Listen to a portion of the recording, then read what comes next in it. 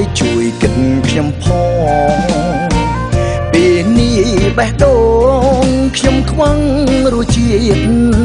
ស្នេហ៍គូក្របីអើយបើលួងឯងខឹងខ្ញុំទេ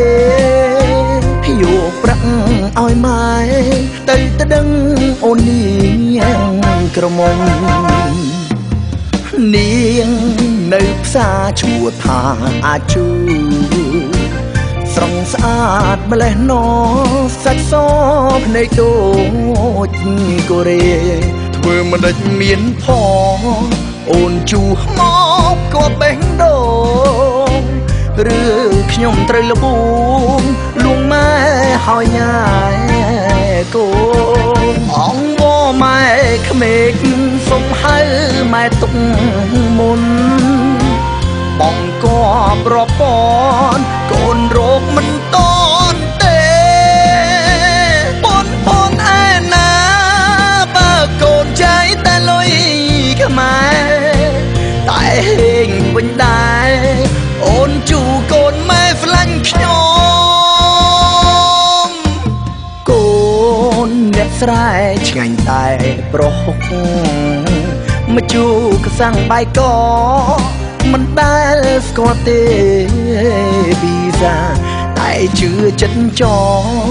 កូនគឺជាមនុស្សឧស្សាហ៍អងវម៉ែណាយកកូនធ្វើកូនប្រសាទៅ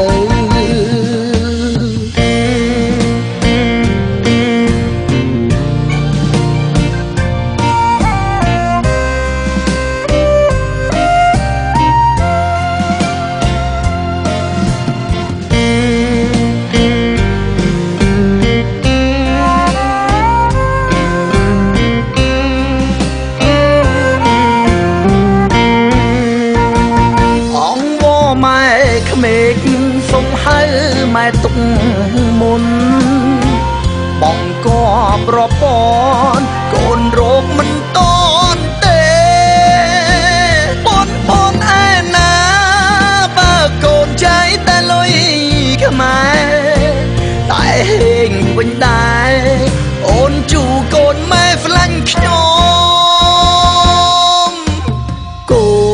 នអ្នកស្រែឆ្ងាញ់តែប្រហុកមកជូកសាំងបាយកមិនដែលស្គាល់ទេពីសាតែជឿចិត្តចកូនគឺជាមនុស្សឧស្សាហ៍អងវម៉ែណាយកកូនធ្វើកូនប្រសាទៅ